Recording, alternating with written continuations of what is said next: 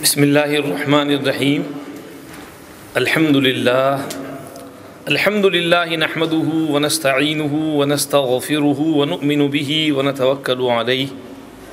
Wa na'udhu billahi min shururi anfusina wa min sayyiati a'malina. Man yahdihillahu fala mudilla lahu wa man yudlilhu fala hadiya lahu. Wa nashhadu an la ilaha illallah wahdahu la sharika lahu. ونشهد أن سيدنا ونبينا وشفيعنا وحبيبنا وسندنا ومولانا محمدا عبده ورسوله صلى الله تبارك وتعالى عليه وعلى آله وصحبه وبارك وسلم تسليما كثيرا كثيرا. أما بعد فأعوذ بالله من الشيطان الرجيم. بسم الله الرحمن الرحيم. فلولا نفر من كل فرقة منهم طائفة ليتفقهوا في الدين ولينذروا قومهم إذا رجعوا إليهم لعلهم يحذرون.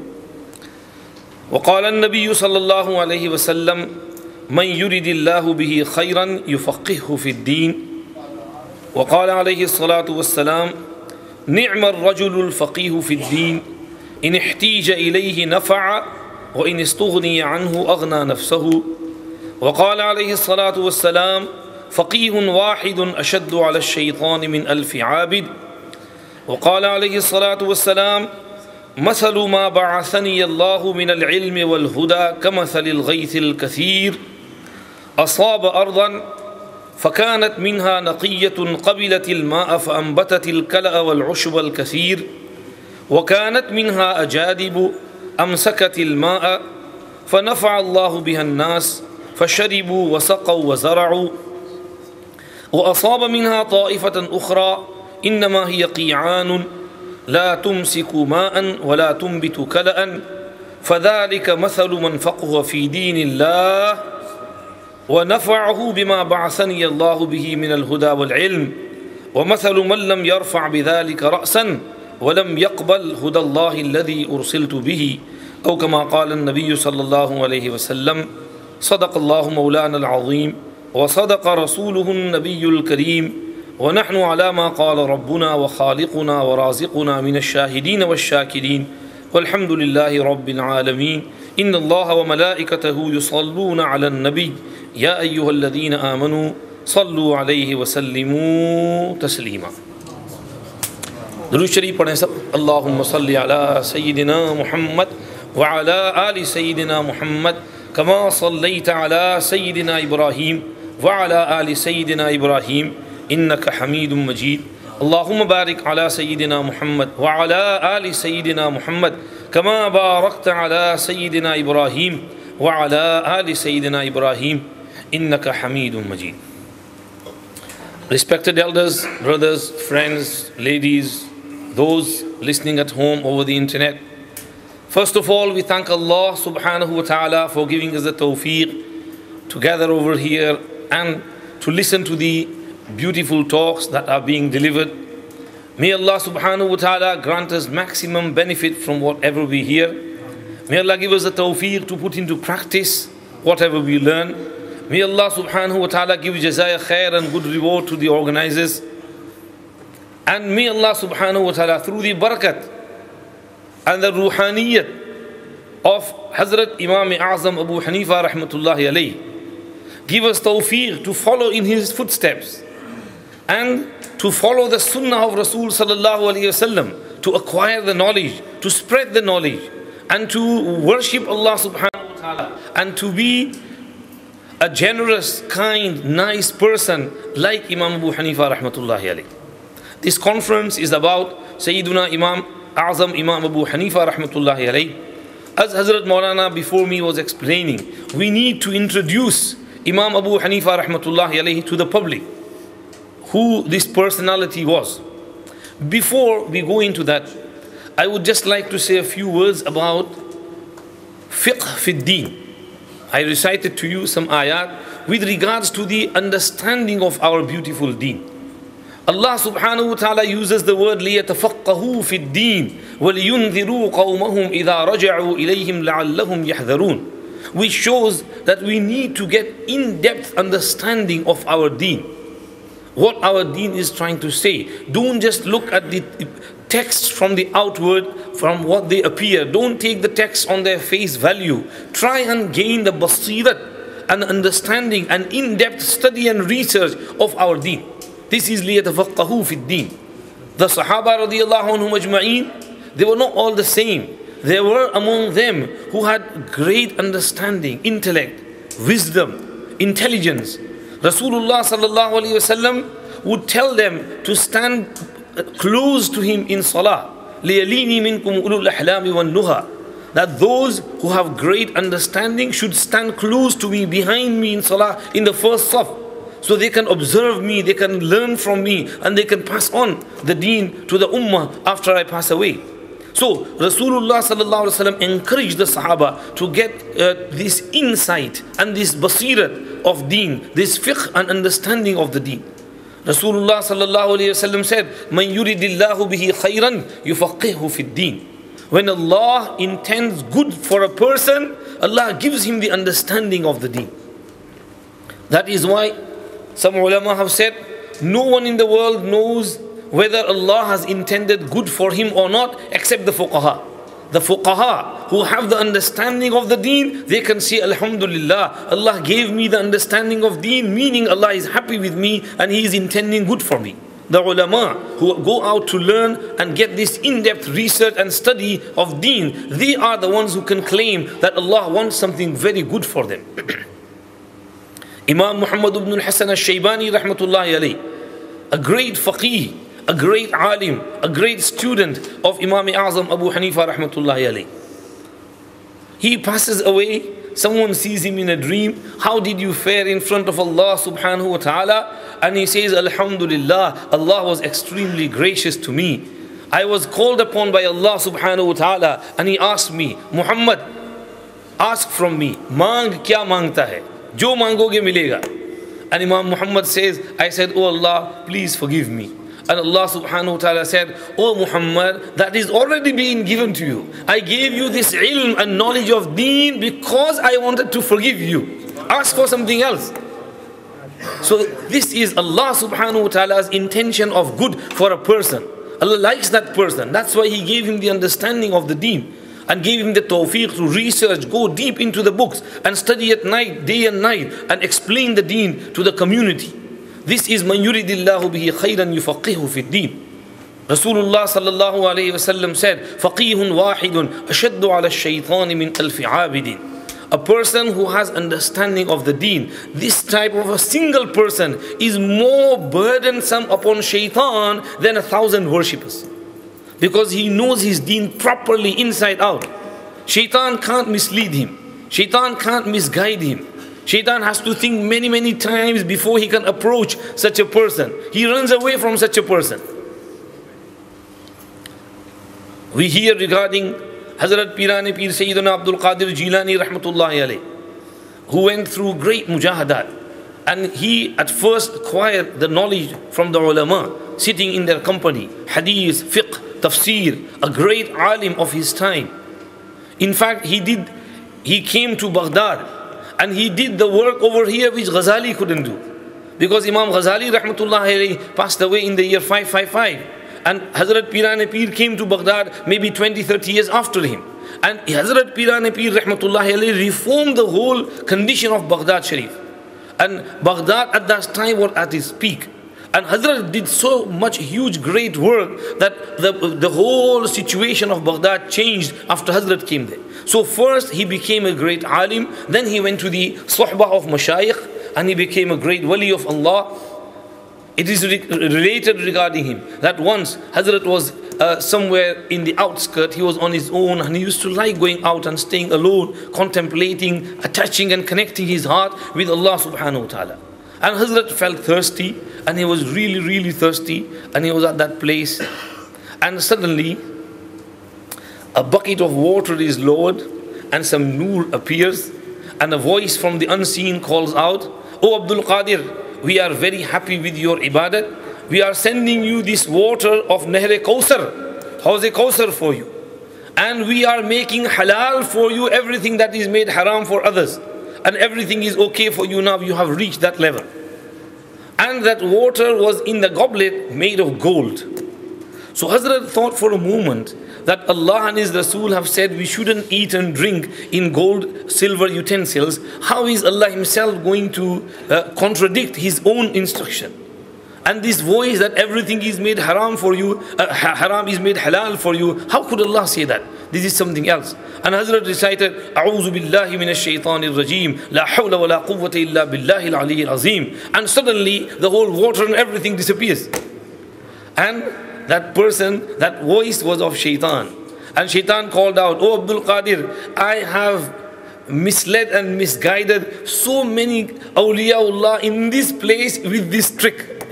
You were saved because of your knowledge and your ilm and your understanding of the deen. And Hazrat, subhanallah, Hazrat replied, no, I was saved by the fadl of Allah and the grace of Allah subhanahu wa ta'ala. So this is when you have the understanding of your deen. We have to have that great understanding of our deen. Now, when we realize the importance of understanding the deen, who is going to explain that deen to us? We have to go in the sahbah of the ulama. They will explain. They study themselves, they go deep down into the Quran, Hadith, Masala, Masail, and then they go through an extensive, thorough research, and they put forward that research, and it is upon the general public to have confidence in the ulama, to trust the ulama par i'timad, ulama ko trust karna, और उनसे फिर उन मसाइल को लेना, ये general public की duty है, क्योंकि ये मेहनत करते हैं और रिसर्च थॉरो स्टडी करके आपके सामने सब पेश करते हैं. अब when we go back into the history, we see Rasulullah sallallahu alayhi wasallam has been sent by Allah subhanahu wa ta'ala as rahmatul lil alameen, Sayyidul awwaleen wal akhirin, Imamul mursaleen, Khatamul anbiya wal mursaleen. Rasulullah sallallahu alayhi wasallam transforms the society, Sahaba radiyallahu anhum ajma'een, where they were and how they were raised by Allah to the highest and to the pinnacle of everything you can imagine. This was through the suhbah of Rasulullah sallallahu alayhi wasallam. Quran is there, Hadith is there, and the general public have a great zeal for their deen. And when they need a masla, they go to the Sahaba and they ask, and Sahaba, whatever they say, they practice on that. And Quran is being passed on, Hadith is being passed on. The followers come, tabi'een, tabi'een. Now, among the followers, of course, when things spread, there will be people who will try and cause chaoses and conflicts and contradictions into things. So these types of firaq batilah rise up, and the ulama see that if this trend continues, then they are going to corrupt the deen. So we have to establish some principles of deriving masail out of Quran and Hadith. And at the forefront of this is Hazrat Imam Abu Hanifa rahmatullahi alayhi. He is a very, very intelligent, very wise personality. Allah gave him great wisdom. He was very sharp, very alert, and he had a huge foresight into things. He used to perceive and look at things which people can't see. People were short-sighted in front of Imam Abu Hanifa rahmatullahi alayhi. So Imam Abu Hanifa rahmatullahi alayhi was born in the year 80 after Hijrah. And there were still some Sahabas around at that time. Sayyiduna Anas ibn Malik radiyallahu anhu died in the year 95. Imam Abu Hanifa rahmatullahi alayhi once saw him performing salah. Ra'aytu Anas ibn Malik wa huwa yusalli. Sahl ibn Sa'd radiyallahu anhu was alive. Imam Abu Hanifa saw him. Abdullah ibn Abi Awfa was alive. Imam Abu Hanifa saw him. He was young at that time. He was unable to go in their study, in their company and learn some ahadith from them. Some ahadith, half a dozen or so, are narrated. Allah subhanahu wa ta'ala knows best. However, even if though he did not narrate from them, still it is enough for a person to witness a sahabi to become a tabi'i. Tabi'i is a person who saw a sahabi. So Imam Abu Hanifa rahmatullahi alayhi is classed as tabi'i. He saw Abdullah ibn Sarjis in Makkah Mukarramah. He went for Hajj at the age of 15 with his father. And he saw a group of people sitting in the company of an old man, Shaykh. So he asked his father, who is that person? And he was told, this is Abdullah ibn Sarjis. And he went and he heard him narrating a hadith. And then they moved on for their tawaf and whatever they had to do. So Imam Sahab rahmatullahi alayhi is a tabi'i. When we see the other Imams, Imam Malik, Imam Shafi'i, Imam Ahmad ibn Hanbal, none of them is a tabi'i. Because Imam Malik rahmatullahi alayhi was born in the year 94 after Hijrah or 95. And Imam Shafi'i rahmatullahi alayhi was born in the year 150 after Hijrah. And Imam Ahmad ibn Hanbal rahmatullahi alayhi was born in the year 164 after Hijrah. Now you can see by birth Imam Abu Hanifa rahmatullahi alayhi is the eldest among the four A'immah. And he is a tabi'i. And he is the one who directed people towards deriving masail from Quran and Hadith. This is why among our great muhaddithin is Nadr ibn Shumayl. He says, كان الناس نياما عن الفقه حتى أيقظهم أبو حنيفة بما فتقه وبينه ولخصه. People were sleeping from fiqh. It was Abu Hanifa rahmatullahi alayhi who woke them up by explaining everything, going into detail, taking masail out and teaching people how to take masail out of Quran and Hadith. Now, this is something amazing, how to take masail out of Quran and Hadith. Not every person can take masla out of Quran and Hadith. You need a great level of understanding and expertise to take masail out of Quran and Hadith. You need some principles, some rules which you have to follow, and then you take the masail out of Quran and Hadith. So Imam Abu Hanifa rahmatullahi alayhi established those principles, which we know as usul fiqh. He explained to people that to take any ruling out of Quran and Hadith, first you have to look at the Quran. If there is some ruling in the Quran, then that is where you directly take the mas'ala from. Then secondly, you have to delve into the ahadith, the huge, massive collection of ahadith. You go into the ahadith, and as Maulana Sahab was explaining, you have to combine the ahadith. You can't pick one hadith and leave the other ahadith. You have to look at the whole scenario. What is behind it? Why did Rasulullah sallallahu alaihi wasallam say this over here? And why did he say that over there? He can't contradict himself. There must be some reason why he said this over here and he said that over there. Now, any layman cannot do that. It is the duty of a faqih, an understanding, an alim who can do that. And Imam Abu Hanifa rahmatullahi alayhi explained the principles of combining hadith. How to look at both hadith. First, check out, is there any nasikh mansukh in there? Abrogation? Is any hadith abrogated? If there is, okay, take the last one and you have to leave the first one. That maybe in earlier times Rasulullah said this, but later on he said this, so we have to take the last ahadith and leave the first hadith. And if there is any way of combination, then you have to combine between both the ahadith, that this means this and that means this. So he laid these principles and foundations. And he said, if you can't find any hadith, any masla in the hadith, then you have to look at the sayings of the Sahaba, Ridwanullah alayhim ajma'in. And if you can't find that in the sayings of the Sahaba, then you have to use your analogy. Look at the roots and the principles and take the masla out from there. He taught these to people. And Imam Abu Hanifa rahmatullah alayhi was the founder of these principles. Now, Imam Malik rahmatullah alayhi comes after him, Imam Shafi'i rahmatullah alayhi comes after him. And they also basically follow these principles, but differ a little bit as to how to combine between the hadiths. Some give preference to this, other gives preference to that. Like Imam Malik rahmatullahi alayhi gives preference to the amal of Ahl Medina. He says that if there are two hadiths contradicting one another, then I will look at the practice of the people of Medina. Because whatever the people of Medina did, that will be more preferable and that will be more widespread. And that is why, for example, Imam Malik rahmatullahi alayhi narrated in Muwatta Imam Malik the hadith of Raf'i Yadayn.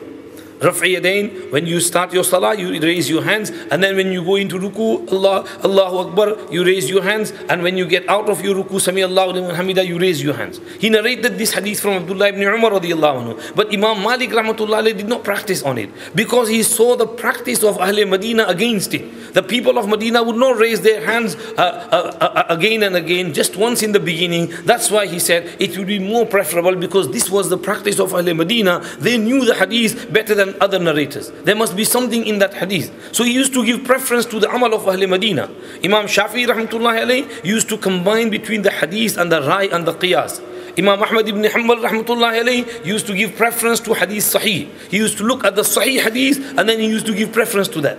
And because Sahih Ahadith sometimes are various, that's why you will find that Imam Ahmad ibn Hanbal's opinions are sometimes different. 2, 3, 4 opinions in one mas'ala. Whereas with Imam Abu Hanifa rahmatullahi alayhi, you will get one opinion. After thorough research, he will give his opinion and finish. He said, this is the opinion and this is how we have taken the mas'ala out. And after that, that is it. And alhamdulillah, he would stick to that opinion after taking it out from Quran and Hadith. And Imam Abu Hanifa rahmatullahi would not only take his masail out by himself.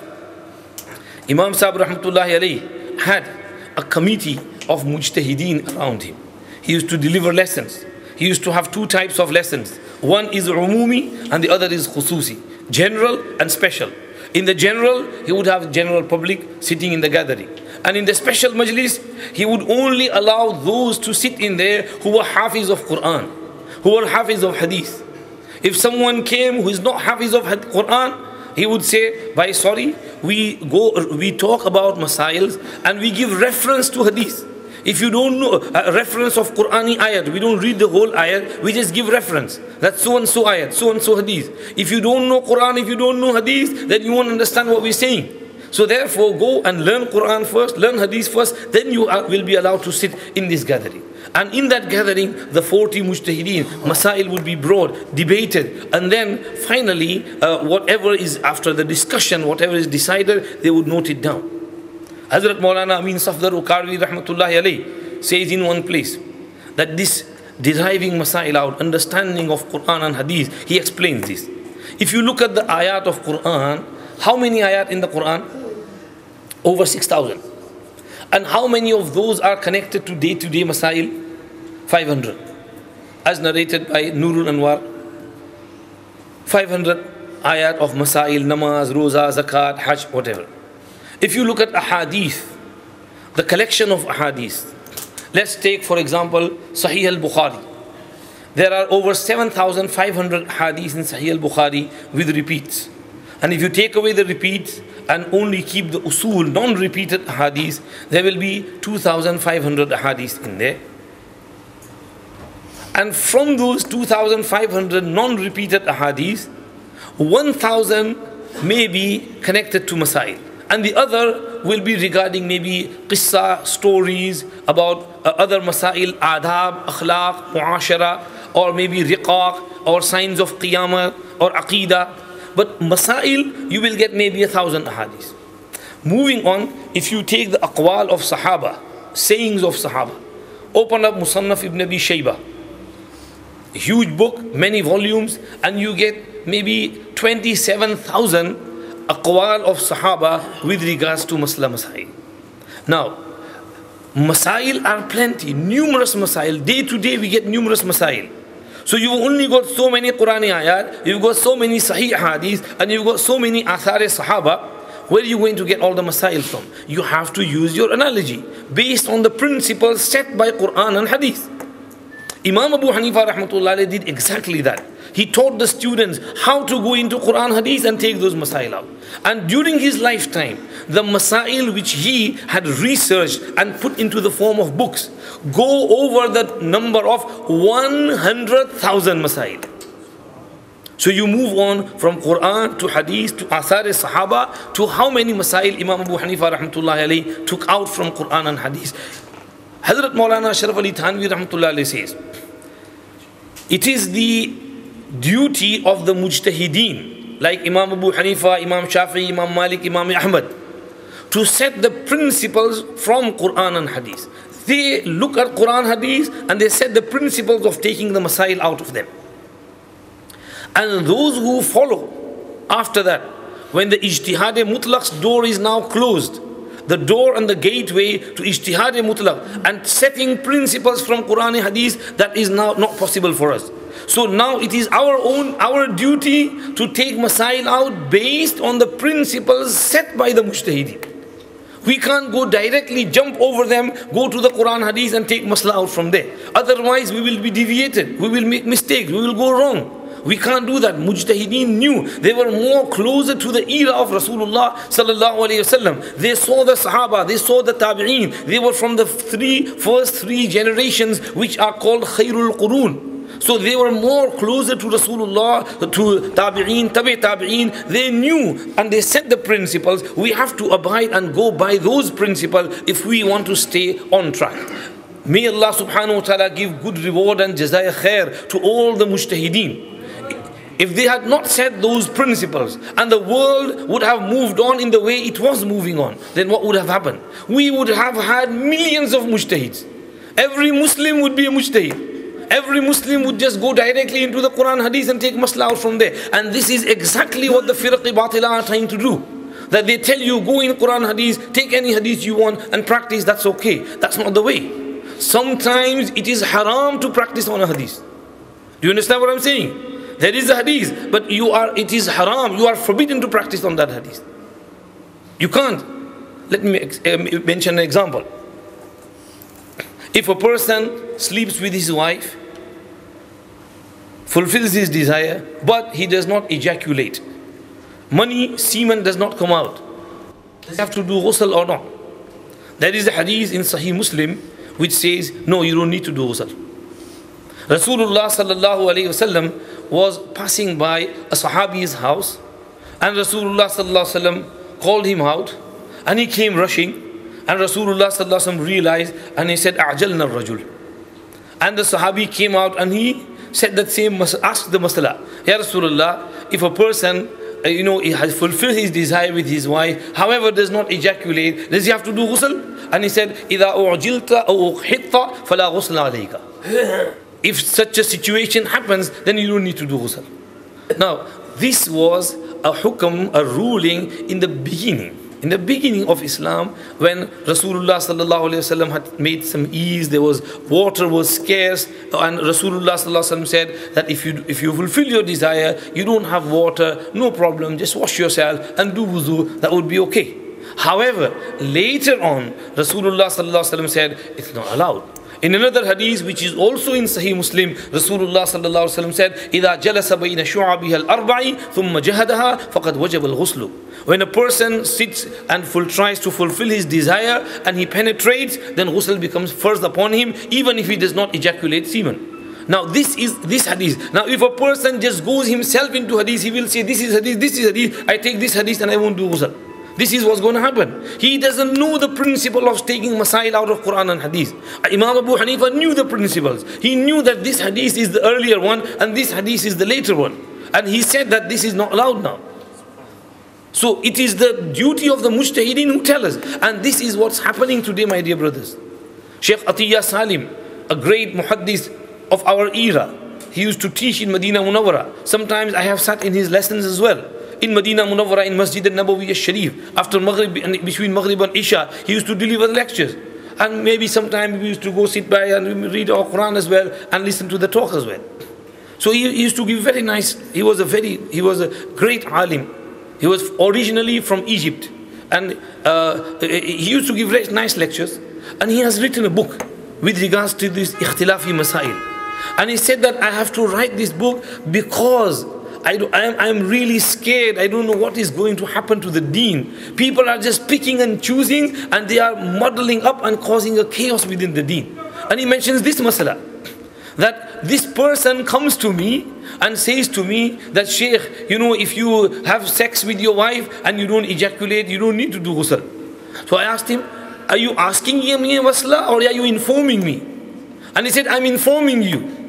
So I said, where did you get this from? Well, he said, our imam in so-and-so masjid told this to us.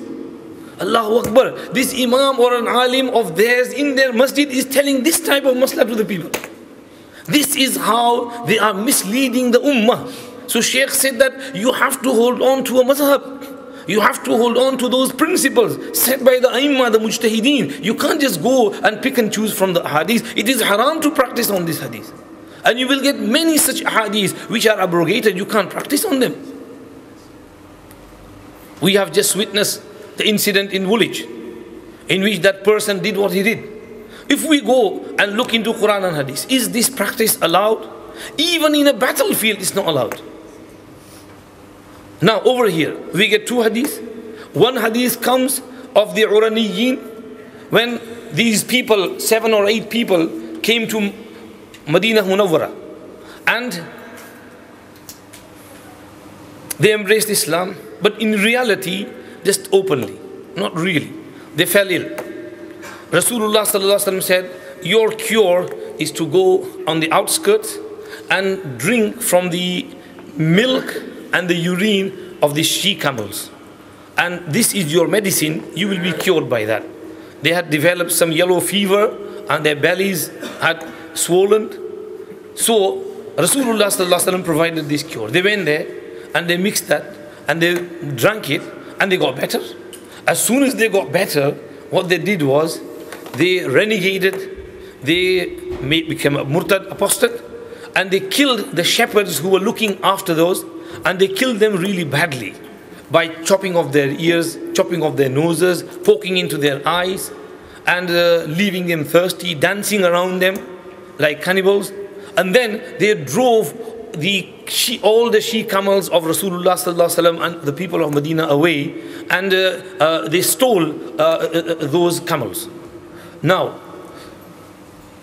the news arrived in Medina Munawwara later on, because in the evening, when evening fell, the milk did not come, and people were waiting for that milk, and people spent the night in thirst and hunger.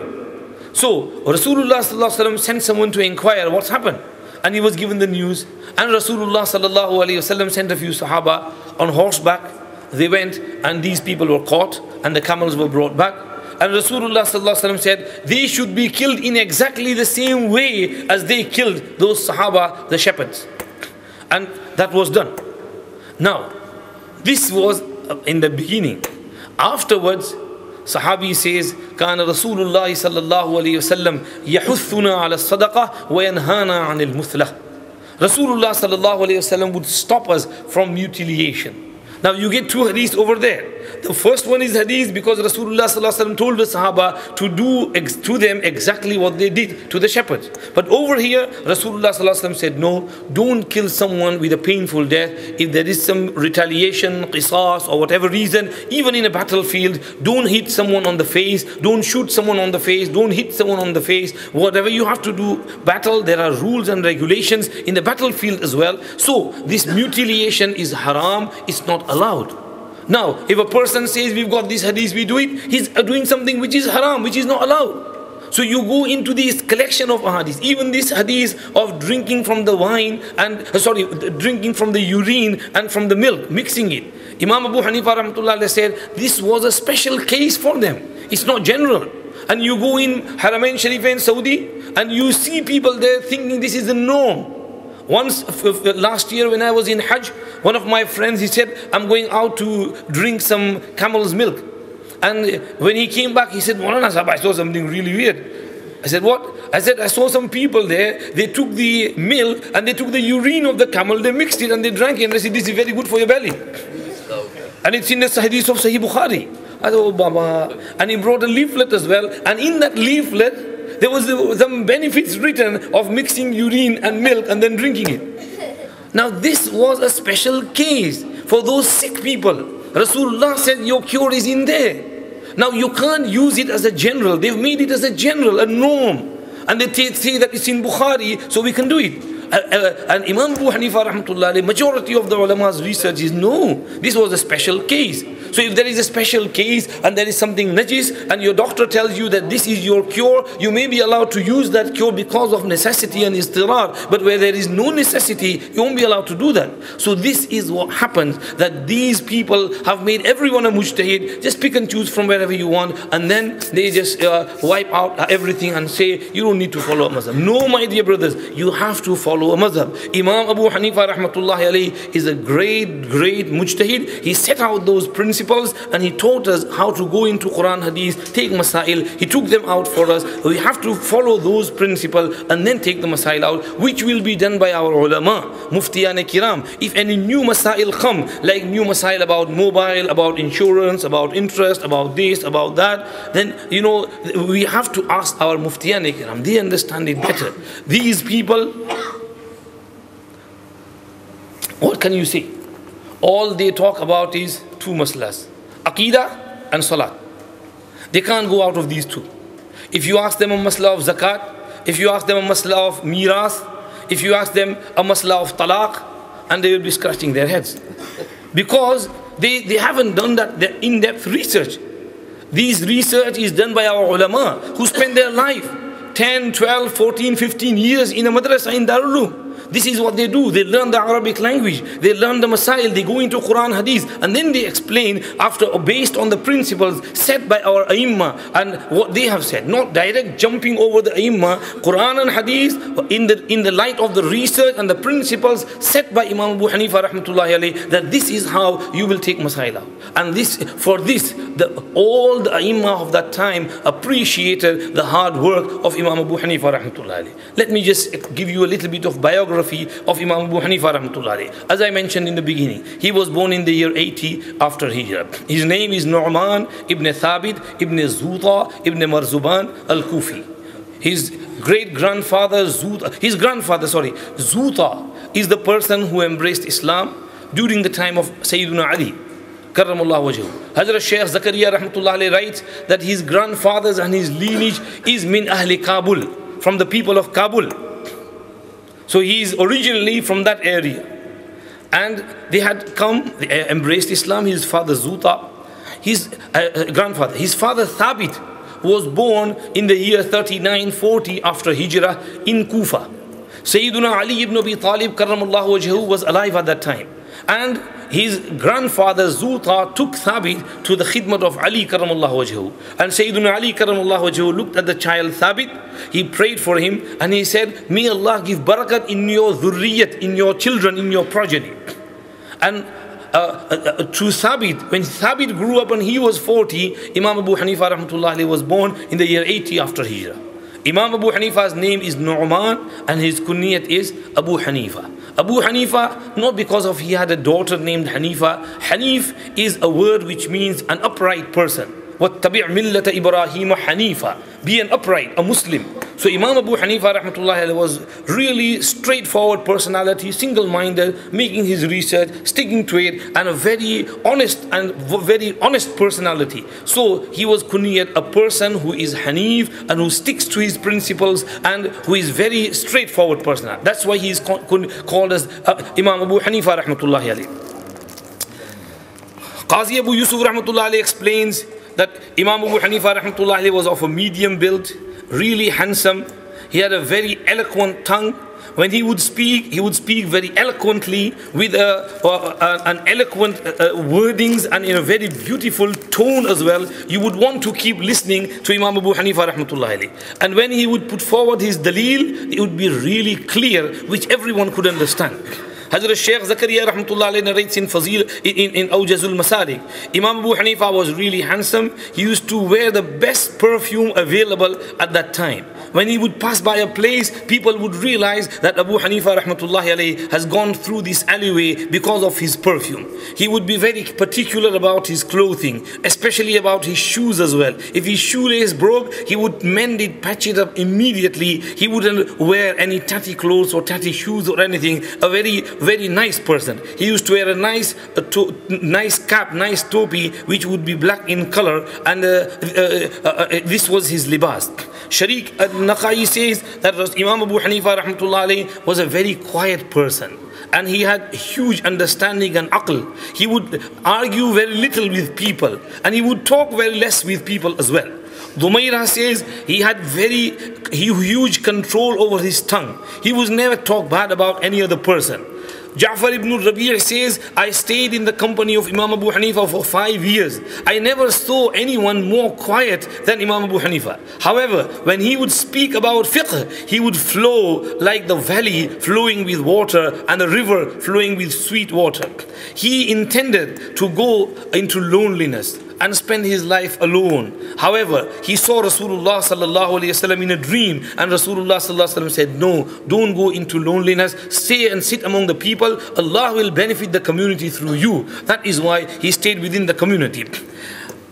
Nadr ibn Muhammad says, I have never seen anyone more perhezgar and muttaqi and more careful than Imam Abu Hanifa rahmatullahi alayhi. He would never joke with people. He would never talk with any layani stuff, things which do not concern him. He would never laugh aloud. He would only smile, as it's the sunnah of Rasulullah sallallahu alayhi wasallam. Moving on to Imam Abu Hanifa rahmatullahi alayhi's study. Imam Abu Hanifa rahmatullahi alayhi went to study hadith to the ulama and the muhaddithin of his city of Kufa. And there were plenty muhaddithin in Kufa at that time. He learned from them. He went to Basra and he learned hadith from there, from Ayyub al-Sakhtiyani rahmatullahi alayhi, and other muhaddithin who were the students of Hasan Basri and others. He went to Medina, Makkah Mukarramah, and he studied by Ata ibn Abi Rabah. He said, I have not seen anyone more virtuous and afzal than Ata ibn Abi Rabah. And he went to Medina Munawwara and he studied from the students of Ibn Shihab Zuhri rahmatullahi alayhi, Imam Malik rahmatullahi alayhi, who is younger than Imam Abu Hanifa. However, Imam Abu Hanifa rahmatullahi alayhi, later on, when he came for Hajj many times, he would sit with Imam Malik and benefit with regards to hadith from Imam Malik as well, who was junior to Imam Abu Hanifa. But Imam Abu Hanifa never felt that he is my junior, why should I study from him?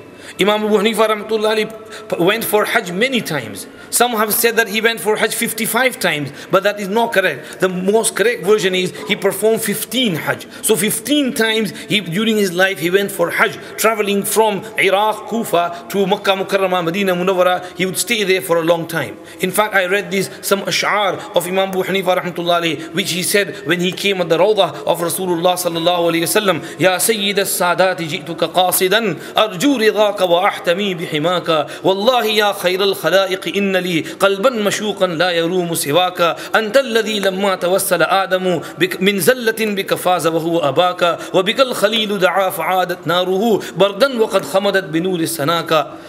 And he went on to mention these beautiful couplets in the ishq and love of Rasulullah sallallahu alayhi wa sallam. Imam Abu Hanifa rahmatullahi alayhi, his personality is such that after acquiring knowledge, and he stayed after acquiring ahadith, he stayed in the company of his Shaykh Hamad ibn Abi Sulaiman for 18 years. How many years? 18 years in the company of his Shaykh. These days, after a few years, we want to go and have our job and move on. Over here, he's staying with his Ustad for 18 years. And during those 18 years, Hamad would always have Abu Hanifa right in front of him. He wouldn't let him move. Once Hamad ibn Abi Sulaiman had to go to Basra for some family problems, family reasons, and he stayed there for 1 whole month. While he was going, he told Abu Hanifa to sit on his masjid. And he said, you teach the students and you answer the fatwas and istiftas which come, and you have to give reply to them. Imam Abu Hanifa rahmatullah did that. Whatever questions would come, he would give replies. What he had learned from Hamad, he would give according to that. Any new masla which had not been discussed with Hamad, he would give the answer and he would note it down that this new masla came and this is the answer I gave. He noted down 120 such masails. When Hamad came, he put them before Ustadji that these were new maslas and these were the jawab and reply that I gave. And Hamad looked at all those, he admired them. In a few places, 2-3 places, he corrected the mistake that this should be like this, this would be like that. When Hamad ibn Abi Sulaiman's son asked him that, Dad, you were away for a month, did you remember me? And he said, Beta, tu to yaad nahi aaya, lekin Abu Hanifa bahut yaad aaya. This is his Ustad's love for him. And Abu Hanifa's love for his Ustad, when he would see his Ustad's son in front of him, Abu Hanifa would immediately sit properly that this is my Ustad's son and I have to respect my Ustad's progeny. So Imam Abu Hanifa rahmatullah studied from masail from those around him, and then he became a teacher after Hamad ibn Abi Sulaiman passed away. Imam Abu Hanifa at that time was 40 and he became the teacher of Kufa, and people start coming to him and learning from him, and his halaqa and of dars in Jami' Masjid of Al-Kufa increases, and he benefits the community around him. Now, people come to learn from him. Among his students, many students. In fact, I have heard from some ulama that if you go over the 1400 years history of Islam, I heard this from Qari Ajmal Qadri Sahab rahmatullahi alayhi. When he was used to come here for the Khatm Nabuwat conferences, he came to our town and he gave a lecture and he mentioned this. That if you look over the history, he said, there are 3 personalities who have had students which nobody has had. Number 1, Imam Abu Hanifa. Number 2, Shah Abdul Aziz Muhaddis Dehlavi. And number 3, Shaykhul Hind Maulana Mahmud Hassan Deobandi. These are the people who had such high caliber students that nobody was blessed with such students. Imam Abu Hanifa rahmatullah alayhi's students, you take among them Abu Yusuf, Muhammad ibn al-Hasan, Zufair ibn al-Huzayl, Hasan ibn Ziyad al-Lu'lu'i, Abdullah ibn Mubarak, Waqi' ibn al-Jarrah, who is the ustad of Imam Shafi'i rahmatullah alayhi. And all these, you go into this great line of muhaddithin. Khalaf ibn Ayyub, he says, I studied with Imam Abu Hanifa rahmatullah alayhi. I studied with other muhaddithin as well. He says, sometimes I would go to the muhaddithin's halaqas and I would hear various opinions and I couldn't understand. Then I would come to Abu Hanifa rahmatullah alayhi, and when he would speak, then I would understand, everything would come into my mind, and he would say, فَدَخَلَ مِن تَفْسِيرِهِ فِي قَلْبِي النُّورِ. While he would be speaking, I would feel the noor entering in my heart when Abu Hanifa rahmatullah alayhi would be speaking. So this is his students. Abdullah ibn Mubarak rahmatullah alayhi. You just heard the story from Maulana Sahab about Imam Awza'i and his encounter. Abdullah ibn Mubarak rahmatullah alayhi's famous couplets, which are related to him. In one place, he says, حسبي من الخيرات ما أعددته يوم القيامة في رضا الرحمن دين النبي محمد خير الورى ثم اعتقادي مذهب النعمان. He used to follow the fiqh of Imam Abu Hanifa. Not only Abdullah ibn Mubarak, Yahya ibn Sa'id al-Qattan, وَكَانَ يُفْتِي بِرَأْيِ أَبِي حَنِيفَةَ, Sufyan ibn Uyayna, the great muhaddis. He would not give rulings by himself. He would give rulings according to Imam Abu Hanifa's opinion, even though he is a great muhaddis. Because even though you know the hadith, memorize the hadith, but that's not enough to give the verdicts. So they would be careful. They would not give opinions on their own just from the hadith. Let me mention an example. Sheikh Muhammad Awwama narrates in Atharul Hadith al-Sharif fi Ikhtilaf al-Fuqaha that once there were these muhaddithin sitting in one place. Among them was Ali ibn al-Madini, Yahya ibn Ma'in, and other great muhaddithin who are the teachers of Imam Bukhari rahmatullahi alayh. They were sitting in one place. This lady comes and she asks a masla that, can I ask you ulama masala? If a lady is on her menstruation, hayz, is she allowed to give ghusl to the mayyit, to a deceased lady? Can she give ghusl to that lady? So they start scratching their heads, looking at one another. I don't know. And she said, you are muhaddithin and you don't know the masla. And they say, alayki bil muqbil. Do you see that man coming? Go to him, ask him. That man was Faqih Abu Thawr, who was the student of Imam Shafi'i rahmatullahi alayhi. And he was a great faqih. In the beginning, he used to follow the fiqh of Shafi'i, and then he had his own fiqh and his own principles as well. A great faqih of his time. And he had his own principles. So Faqih Abu Thawr was coming, and she said, alayka bil muqbil. They said to her. So they went and asked him, she went and asked him the masala. And he replied, yes, she can give ghusl. That was his research. He said, yes, she can give ghusl. Because of the hadith of Aisha radiallahu anha, Ama inna hidhataki laysat fi yadiki, your hayz is not in your hands. And because of the hadith of Aisha radiallahu anha, in another place, that she used to, while she was on menstruation, she would do malish on the head of Rasulullah sallallahu alaihi wasallam and comb his hair, so that it means that she can give ghusl as well.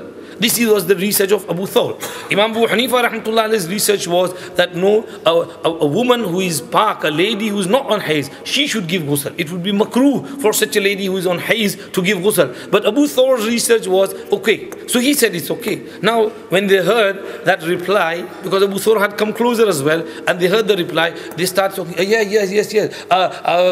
Aisha's hadith is narrated by so and so, and it has so many sanads and chains, and in the sanad is so and so.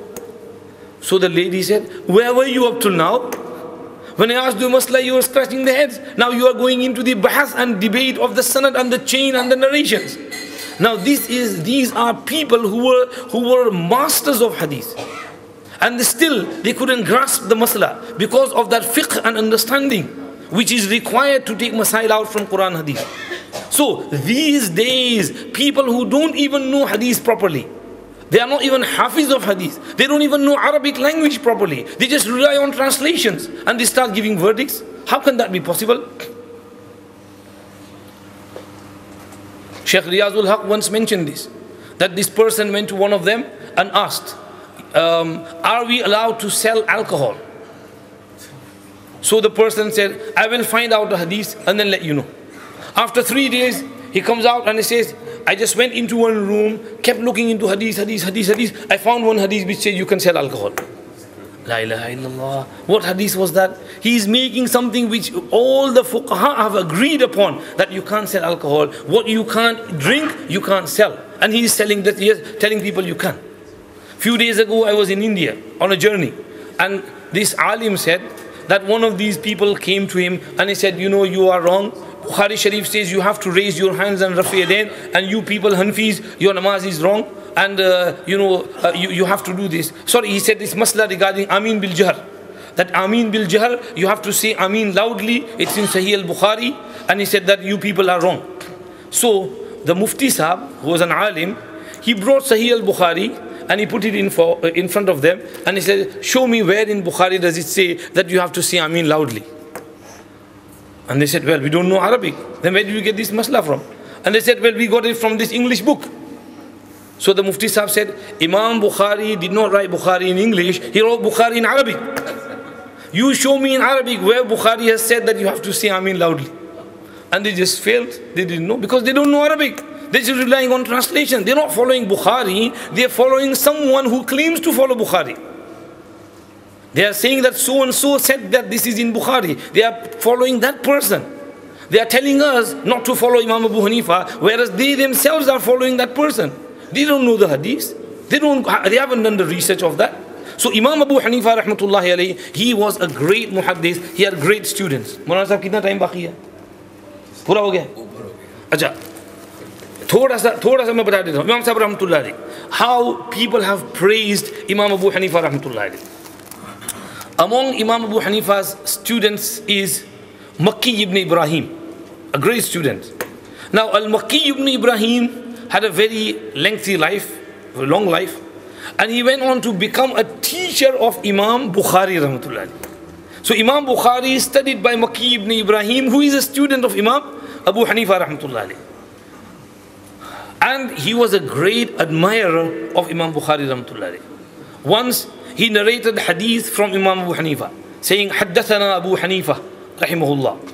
So someone in the audience remarked, Haddithna ad ibn Jurayj, wala tuhaddithna an Abi Hanifa. We want to learn hadith on the authority of Ibn Jurayj. We don't want to hear hadith of Abu Hanifa. So Makki Ibrahim got really angry. He said, what are you saying? Abu Hanifa, you don't want to hear hadith? Get out of my congregation. You can't stay here, you can't study. And he refused to move any further until that person was kicked out of the majlis. And then he went on to say, Haddathana Abu Hanifa al-Nu'man ibn Thabit radiyallahu anhu, and then he went on to narrate the hadith. This Makki ibn Ibrahim says in one place, Ma ra'aytu ahadan a'lama minhu. I have not seen anyone more knowledgeable, more learned personality than Imam Abu Hanifa rahmatullahi. Now, Imam Abu Hanifa is a mujtahid. Now, to be a mujtahid, what do you need to do? You need to be a hafiz of Quran. You need to be a hafiz of hadith. You need to be a hafiz of the sayings and the aqwal of the Sahaba ridwanullahi majma'een. You need to have a sound mind by which you can analyze and derive masail from Quran hadith. So Imam Abu Hanifa was a hafiz of Quran, and such a great hafiz that many times he would read the whole Quran in one rakat. He went to Ka'batullah Sharif. He went inside and he started reading the Quran from Alif Lam Mim, and he finished it all in one rakat. Imam Nawawi rahmatullah has narrated that is very famous regarding three akabir of the ummah who used to finish the Quran in one rakat. Uthman ibn Affan radiyallahu anhu, Tamim Dari radiyallahu anhu, and Imam Abu Hanifa rahmatullah alayhi. That they used to finish the whole Quran in one rakat. In Ramadan, Imam Abu Hanifa rahmatullah alayhi would read 60 khatams. We can't even do 1-2 khatams today. And people say just pray 8 rakats and run away. They can't even listen to one whole khatam. And Imam Abu Hanifa rahmatullah, the great personality, he would recite himself 60 khatams throughout the Quran. He would 2 khatams every day, one during the day, one during the night. For 40 years, he prayed the Fajr Salah with the wuzu of Isha. We can't even do that these days in summer when the nights are short. But he used to do that for 40 years. People say that is wrong. No, my dear brothers, it's narrated by Khatib Baghdadi rahmatullah alayhi in Tarikh Baghdad on the authority of 5 different narrators who themselves saw Abu Hanifa standing the whole night in front of Allah in prayer. How could he do that? Amazing. Once Imam Abu Hanifa rahmatullah was passing by, and 2 ladies were talking among themselves, and they said, you know that man, he is Abu Hanifa, he never sleeps at night. So Imam Abu Hanifa overheard their conversation and he said, Wallahi la yatahaddathu an-nasu anni bima lam af'al. Wallah, people will not talk about me something which I don't do. If these ladies are saying that, then I must do it. And he prayed Salatul Hajat, and he prayed and he prayed and he supplicated and said, please Allah, give me the ability to stand the whole night in front of you so that I can do ibadat and pray tahajjud and cry in front of you. So Allah accepted his dua, and from then on he would stay awake the whole night. He would sleep a little bit in the afternoon as his qaylula. And he would say that this is also because of sunnah, my body doesn't need it. Some people say, how would he do that? Well, Abu Hanifa was not alone. That time and that era was such. Hazrat Maulana Abdul Hayy Lakhnawi rahmatullahi alayhi has narrated regarding many tabi'een who used to spend the whole night in ibadat from Isha to Fajr. In his book called Iqamatul Hujjah ala anna al-ikthara min al-ibadati laysa bi bid'ah. Sheikh Zahir has translated it into English. Bid'ah and Salaf's worship. And you read it, he mentions those names: Sa'id bin Musayyib, Sa'id ibn Jubair, Shaddad ibn Aus, Uthman ibn Affan, so and so Sahaba, so and so Tabi'een. They used to spend the whole night in worship. So such a personality, maybe it is because of his piety and his neki that Allah subhanahu wa ta'ala accepted his madhab so much that it spread throughout the globe. If you look throughout the globe, the majority of the Muslim ummah follow the fiqh of Imam Abu Hanifa rahmatullahi alayhi. I don't want to go into statistics. You just go and look at the masajid of our own country, UK. How many masajid you will see? You go on the internet, you go on the census of masajid, you will see that there are 1500 masajid. Once I did this survey, 1500 masajid. And out of those, 850 plus 350, kitne honge? 850 plus 350? 1200. 1200 masajid follow the fiqh of Imam Abu Hanifa rahmatullah. 850 Deobandi masajid, 350 Barelvi masajid. And from then, the Ghair Muqallideen's masajid, 45. Shia's masajid, 45. And other denominations, maybe Arabs, Somalians and others, they fall into other categories. So majority of our own country follow the fiqh of Imam Abu Hanifa. This is due to the barakah of the dua of Imam Abu Hanifa rahmatullah. And people these days accuse Imam Abu Hanifa rahmatullah of something. Let me mention something. Maulana Ishaq Ghaznavi, who is the son of Maulana Dawood Ghaznavi, who used to be in the Ghair Munqasib Hindustan, undivided Hindustan, India, Pakistan, Bangladesh put together. At that time, 100 years ago, when Ghair Muqallidiyas was on the uruj and rise at that time, Maulana Dawood Ghaznavi was in his, later on during his life, he was bedridden. And he would say that, you know, I feel that us Ghair Muqallideens have attracted the ruhani bad-du'a of Imam Abu Hanifa rahmatullah. Because we abuse Imam Abu Hanifa. We say Abu Hanifa, Abu Hanifa, Abu Hanifa. We don't even say Imam, we don't even say Rahmatullahi alayhi. How can you do that regarding such a great personality who did so much khidmat of the deen of Quran and Hadith and Fiqh, who has so many students, who has so many admirers, whose madhab and whose research has been accepted by the most of the Muslim world? How can you say that regarding Abu Hanifa? And some of us go on to say that he only knew 17 ahadith. Toba, toba, astaghfirullah. If a person knows only 17 ahadith, can he become a mujtahid? Why would people accept him as a mujtahid? Why would the great legends follow the fiqh of Imam Abu Hanifa rahmatullah alayhi? So this is Maulana Dawood Ghaznavi saying that हमारी जमात गैर मुक़ल्लिदियत को, गैर मुक़ल्लिदीन को Imam Abu Hanifa की रूहानी बद्दुआ लग गई है उनका insult और abuse करने की वजह से. So Imam Abu Hanifa rahmatullah alayhi, great personality, people talking about him. I've just mentioned Makki ibn Ibrahim, ما رأيت أحدا أعلم منه. Let's just talk about Imam Shafi, Malik and Ahmad. Imam Shafi rahmatullah alayhi said, Al-khalqu kulluhum iyalu Abi Hanifata fil fiqh. All the creation are children of Abu Hanifa in matters of fiqh. Imam Malik rahmatullah alayhi said that if he were to say that this pillar is made of gold, it would be turned out to be so. Meaning he thinks really carefully, and then when he gives his verdict, that it turns out to be like that. His verdict is always correct. Imam Ahmad ibn Hanbal rahmatullah alayhi mentioned Imam Abu Hanifa and he started crying. And he said, إِنَّهُ مِنَ الْوَرَعِ وَالزُّهْدِ وَإِيثَارِ الْآخِرَةِ بِمُحَلٍّ لَا يُدْرِكُهُ أَحَدٌ. with regards to piety, abstinence, and preferring hereafter over the dunya, he was at such a high rank that we can't even dream about it. Never mind getting to him.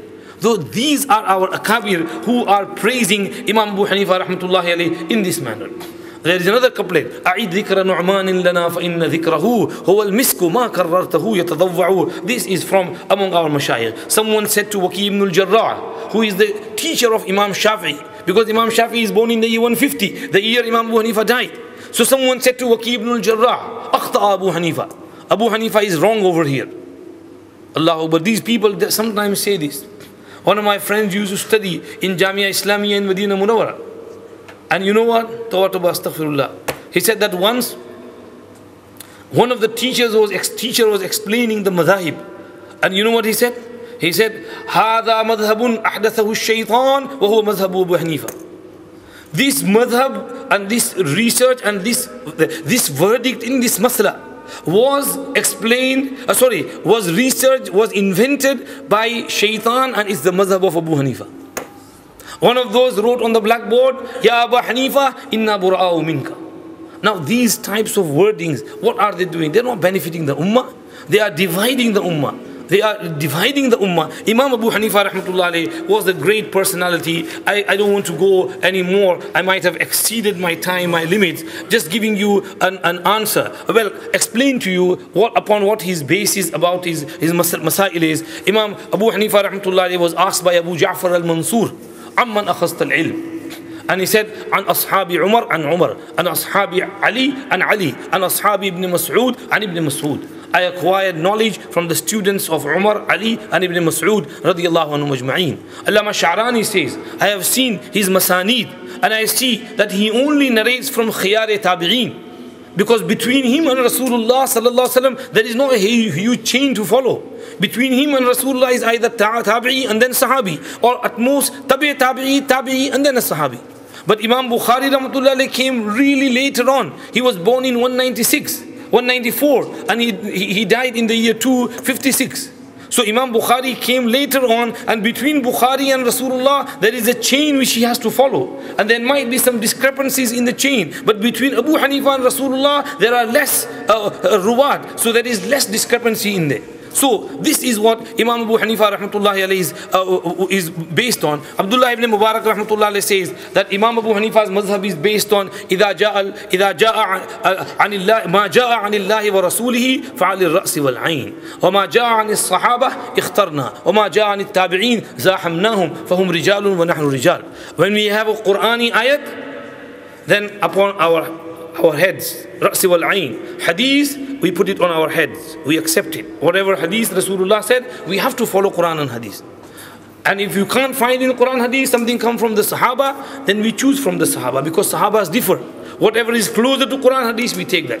And whatever comes from Tabi'een, then Tabi'een are Tabi'een. I am also a Tabi'een. So he says that hum rijalun wa nahnu rijal. And this wording with Rasul Ibrahim Imam Sahib said hum rijalun wa nahnu rijal later on became very famous. So this is a little bit about Imam Abu Hanifa rahmatullah alayhi. But I'm going to finish off now by just mentioning how Imam Abu Hanifa departed from this world. Imam Abu Hanifa rahmatullah alayhi became a shaheed. He was a shaheed. He became a shaheed. Khalifa Abu Ja'far al-Mansur for some reason was angry with Imam Abu Hanifa. Two reasons are mentioned. One is that once he called upon Imam Abu Hanifa rahmatullah alayhi, and he said, I want you to be the chief justice of Kufa and chief of all judges, judge of judges, Qaziyul Quzat. Imam Sahib said, no, I can't do it. This is not my way, I'm sorry. And he said, you have to do it. He swore an oath, by Allah I'm going to force you to do it. And Imam Abu Hanifa said, I can't do it, I'm really sorry, it's not my piece of cake. So Abu Ja'far Mansur got angry that you are making me break my qasam. I'm going to send you to jail. I'm going to treat you harshly. Abu Hanifa said, you can do what you like. He sent him to jail and he had him beaten up. Every day 10, 15 lashes were given to him. Finally, Abu Ja'far Mansur sent a bowl of poison, and he said he was forced to drink it. Abu Hanifa was really sharp. He realized, he said, no, I'm not going to drink it. لا أعين على قتل نفسي. I know what's in there, and I'm not going to help someone to kill myself. So the soldiers forced him, pinned him down, and put the poison in his mouth, and that is how Imam Sahib rahmatullahi alayhi passed away. It is said that he passed away in Baghdad, and in his janazah, so many people attended that even the Khalifa was overwhelmed. 50,000 people attended his janazah. And they just kept on coming and coming. They had to pray his janazah 6 times because they couldn't cope. And then he was buried in Kufa. There is a masjid around there at that time now, and it's called Jami' al-Imam al-A'zam rahmatullahi alayhi. He is named Imam A'zam because among the 4 A'immah, he is the eldest, he is the greatest, he is the most wise, and he has the most followers. That's why he is called Imam A'zam, meaning A'zam in the 4 Imams, not A'zam than Rasulullah. Na'uzubillah, some people try to make it. Nobody can compare with Rasulullah. Rasulullah is Rasulullah. Abu Hanifa is at most Waliullah. There is no comparison between a Waliullah and Rasulullah. Abu Hanifa is Imam Azam in comparison relation to the other Imams, and this is why we regard Imam Abu Hanifa rahmatullah as a great Imam, and we follow his research, we trust him, we have confidence in his research. Alhamdulillah, we are proud to have him as our Imam and follow his research. May Allah give us the tawfiq to revere and respect all the Imams. And may Allah give us the tawfiq to understand our deen properly and give us the correct and proper understanding of our deen. Trust your ulamas as well. They are all muqallids.